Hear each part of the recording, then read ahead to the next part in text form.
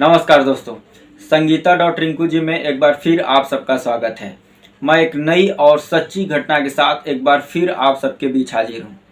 आज की जो सच्ची घटना है, ये सुनने के बाद आप सोचने पर मजबूर हो जाएंगे कि लोग आज के ज़माने में कैसे कैसे लोग हैं, कितना अत्याचारी लोग हैं समाज में, जिसको आप और हम शायद देखते तो होंगे, लेकिन देखने के बाद यकीन नहीं कर पाते होंगे, विश्वास नहीं कर पाते होंगे कि ये व्यक्ति इतना जो है कि क्रूर है। आज की जो सच्ची घटना है ये शुरू होती है गाजियाबाद से। गाजियाबाद में एक खोड़ा थाना है, वहीं पर एक व्यक्ति अचानक जाता है और पुलिस में कंप्लेन करता है। ये घटना है 20 नवंबर की। 20 नवंबर को व्यक्ति जाता है खोड़ा थाना में और कंप्लेन दर्ज कराता है कि साहब, मैं अपने परिवार से पिछले 31 साल से बिछड़ गया हूं और बस हमको इतना पता है कि मेरा परिवार इसी गाजियाबाद में रहता है, लेकिन कहाँ रहता है हमको नहीं मालूम है। पुलिस की टीम जब उससे पूरी कहानी सुनती है तो पुलिस का माथा भी चकरा जाता है। जो पुलिस की टीम है उससे पूछती है कि तुम्हारा किडनैपिंग कैसे हुआ था, कब हुआ था, कौन लोगों ने किया और 31 साल तक तुम कहाँ थे। तब वह व्यक्ति जिसका नाम राजू है वह पूरी कहानी बताता है। कहानी यह है कि सन 1993 में वह अपने बहन के साथ स्कूल से घर जा रहा था। शाम का टाइम रहता है। किसी बात को लेकर के उससे उसकी बहन से झगड़ा हो जाता है। अब यह राजू रूट करके रास्ते में एक जगह रुक जाता है और उसकी बहन गुस्से में घर चली जाती है। अब उसी दौरान राजू एक जगह रोड पर बैठा हुआ था गुस्से में। तभी अचानक एक ऑटो रिक्शा आता है जिसमें 3 लोग सवार होते हैं। राजू को जबरदस्ती उस ऑटो में बैठाते हैं और लेकर के चले जाते हैं। उसके बाद उसको एक बस में बैठाया जाता है। बस में बैठा करके उसको राजस्थान के जैसलमेर लेकर जाया जाता है।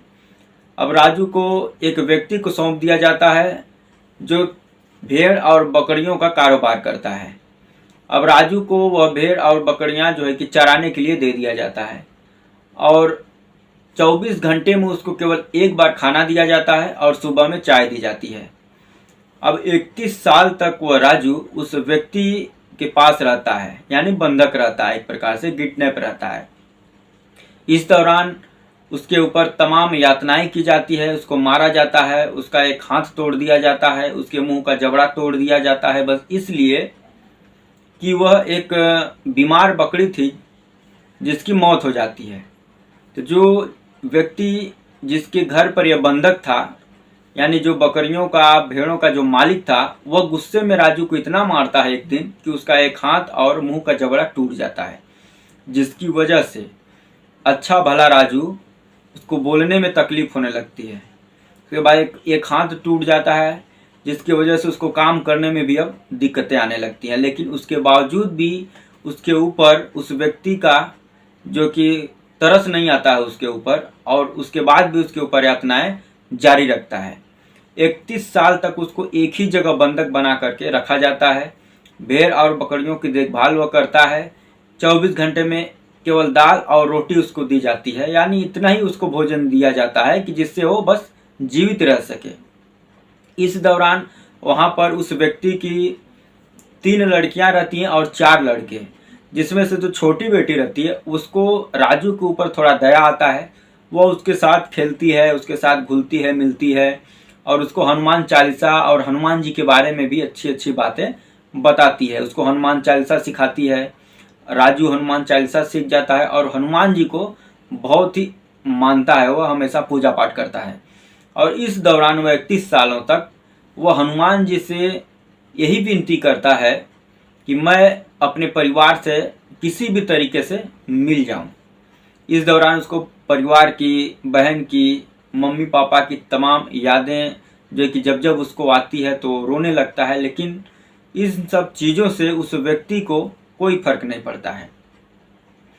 अब चूंकि वह व्यापारी था भेड़ और बकरियों की, तो इस दौरान तमाम लोग उसके घर पर भेड़ और बकरियां जो है कि खरीदने के लिए भी जाया करते हैं। इसी दौरान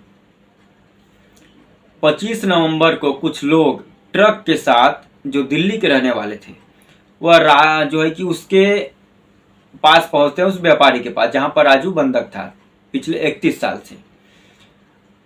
वो लोग पहुंचते हैं, राजू उनसे मिलता है और अपनी तमाम जो है कि कहानियां सुनाता है। अब राजू के ऊपर उन व्यापारियों को तरस आ जाता है जो दिल्ली के रहने वाले हैं, जो बकरी और भेड़ खरीदने वहां पर गए थे। राजू उनसे विनती करता है कि किसी प्रकार आप लोग हमको बचा लीजिए, मैं अपने परिवार वालों से मिलना चाहता हूँ, मुझे मेरे माता पिता की बहुत याद आती है, मेरी बहन है उनकी याद आती है। वो जो व्यापारी रहते हैं वो राजू के ऊपर तरस खाते हैं और राजू को बोलते हैं कि ठीक है, भेड़ और बकरियां हम खरीदने आए हैं, खरीद लेने दो, उसके बाद हम तुमको यहाँ से निकालते हैं। वह लोग सौदा करते हैं उस व्यक्ति से और ट्रक में भर करके भेड़ और बकरियों को लदवा देते हैं, जितना उनको खरीदना रहता है खरीद लेते हैं। अब उसके बाद राजू को लोग उसी भेड़ और बकरियों के बीच में उसी ट्रक में बैठा देते हैं और इस घटना की जानकारी राजू का जो किडनैपर रहता है उसको पता नहीं चलता है। उसके बाद वो लोग वहाँ से ट्रक लेके निकल जाते हैं और उसी बकरियों के बीच में राजू बैठा हुआ है। अब वहाँ से उसको लेकर के वो लोग दिल्ली आते हैं। दिल्ली के बाद राजू से पूछते हैं कि तुम्हारा घर कहाँ पर है, तो उसको बस एक ही चीज़ याद है कि मेरा घर गाजियाबाद है। अब उसको वो लोग गाजियाबाद वाली ट्रेन में बैठा देते हैं। वो गाजियाबाद स्टेशन पर पहुँचता है, स्टेशन के बाहर निकलता है, तमाम लोगों से मदद मांगता है, लेकिन तो कोई भी उसको मदद उसका नहीं करता है। कोई भी व्यक्ति, सब भिखारी समझ के, पागल समझ के भगा देते हैं। लेकिन कुछ 5 से 6 दिन गाजियाबाद स्टेशन के आसपास भटकने के बाद कोई सज्जन व्यक्ति मिलता है राजू से और उसको सलाह देता है कि यहीं पास में एक खोड़ा पुलिस स्टेशन है, वहाँ पर जाओ, अपना कंप्लेन दर्ज कराओ, पुलिस वाले तुम्हारी मदद करेंगे।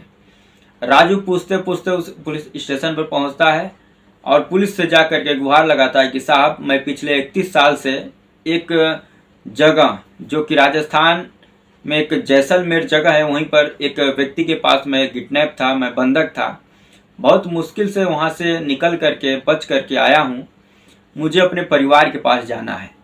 पुलिस के लोग जब उससे पूछते हैं कि तुम्हारे परिवार के लोग कहाँ रहते हैं, तुम कहाँ के रहने वाले हो, तो कुछ भी वो नहीं बता पाता है। बस इतना बताता है कि मेरा घर गाजियाबाद में है, मेरा नाम राजू है। अब पुलिस की टीम चकरा जाती है कहानी सुनने के बाद। अब पुलिस की टीम एक तरकीब निकालती है कि इस राजू को, जो पिछले 31 साल से अपने परिवार से बिछड़ा हुआ है, किसी भी तरीके से इसको इसके परिवार से मिलाना है। तब पुलिस की जो है कि वहाँ के जो एसएसपी साहब रहते हैं वह एक टीम गठित करते हैं और टीम जो है कि सोशल मीडिया पर, पेपर पत्रिका में और व्हाट्सएप ग्रुप में तमाम जगह जो कि राजू की डिटेल्स जो है कि फॉरवर्ड करते हैं लोग।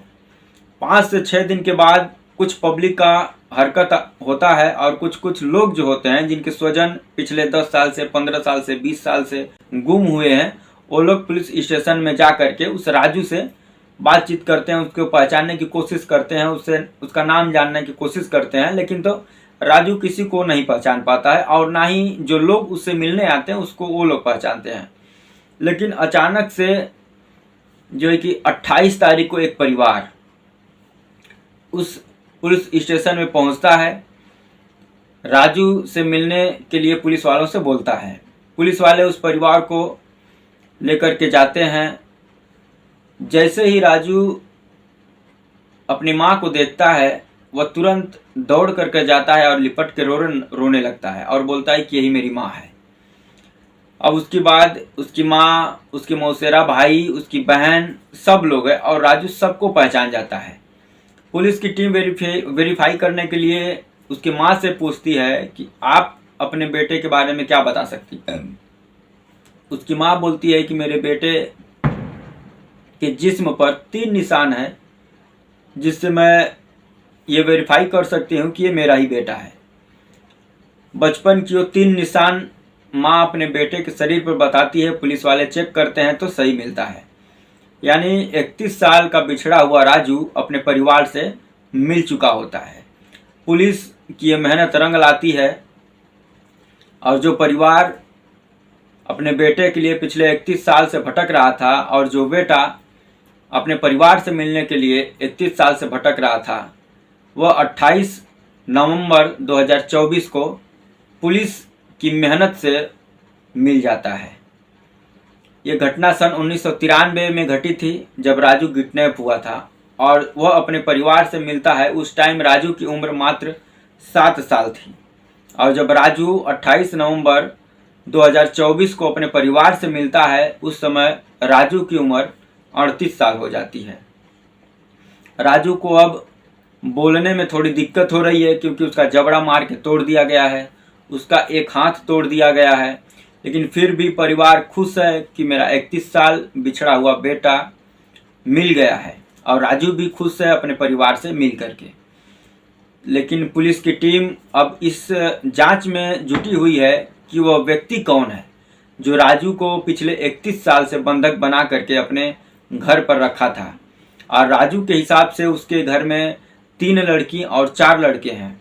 तो पुलिस की टीम अब उस व्यक्ति के पास पहुंचने की कोशिश कर रही है, जांच पड़ताल में जुट गई है कि ऐसा तो नहीं कि जो उसके घर में 7 लोग और हैं, 4 लड़के और 3 लड़कियां, क्या वो भी कहीं से उठा करके वो किडनैप तो नहीं किया है, वो अभी बंधक तो नहीं है।